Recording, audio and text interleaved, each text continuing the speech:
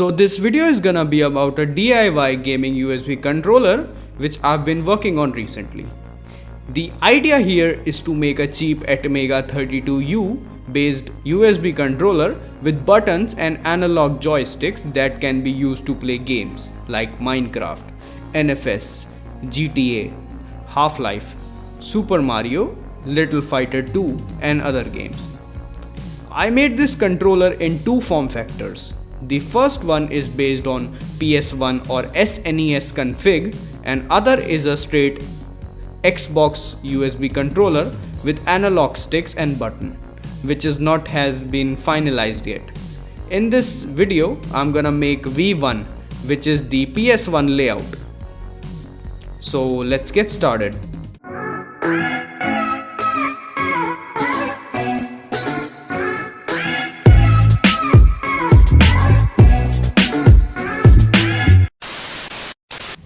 The hardware that we're gonna use is pretty simple and easy to get, except for the PCB because you have to make your own with the attached PDF file of the PCB.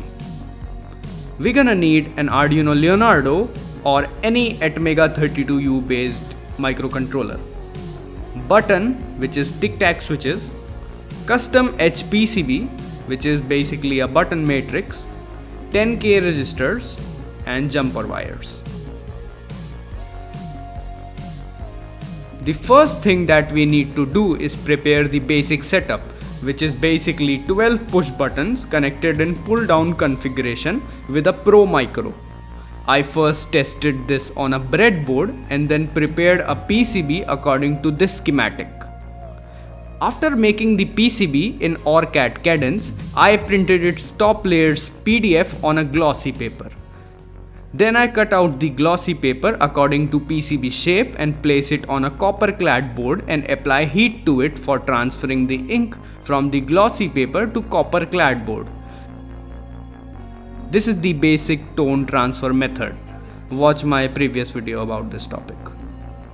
After getting the PCB ready, I dropped it in an etching solution and then etched the PCB.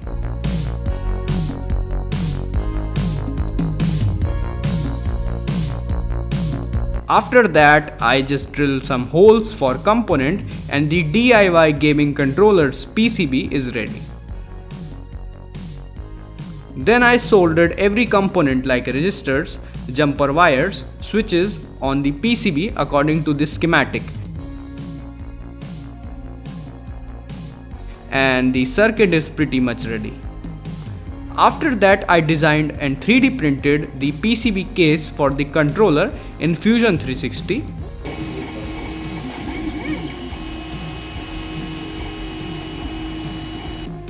This is the final form of the V1 USB gaming controller. It looked pretty weird but awesome at the same time. Now let's upload the code and play some games with it. Upload the code provided on your Pro Micro. Word of advice: first test your board setup thoroughly. Check the resistance and the connectivity of PCB traces because if something is missing, this will cause a lot of keyboard error because missing ground line will send irregular signals to the pin of your Pro Micro and the Pro Micro will keep on pressing the random key, which will make reprogramming the Pro Micro very difficult. So just first check your setup and then upload the code. The first thing that you're gonna need to do is open Notepad and start pressing the keys of your controller one by one and check whether the keys on the press are displaying the right words that are assigned to these keys. Or just use any USB testing app or web app. If everything is working according to this code, then open any game and start playing it with this DIY USB game controller.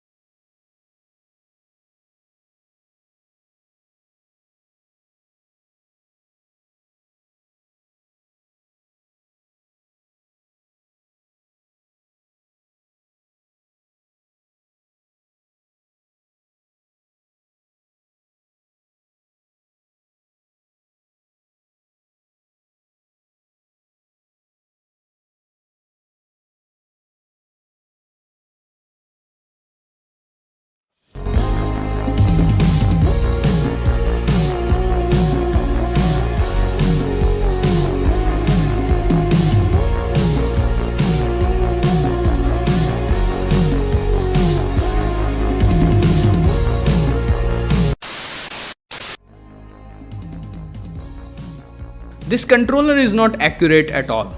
The key press is bad, the handling is bad, everything about this controller is bad.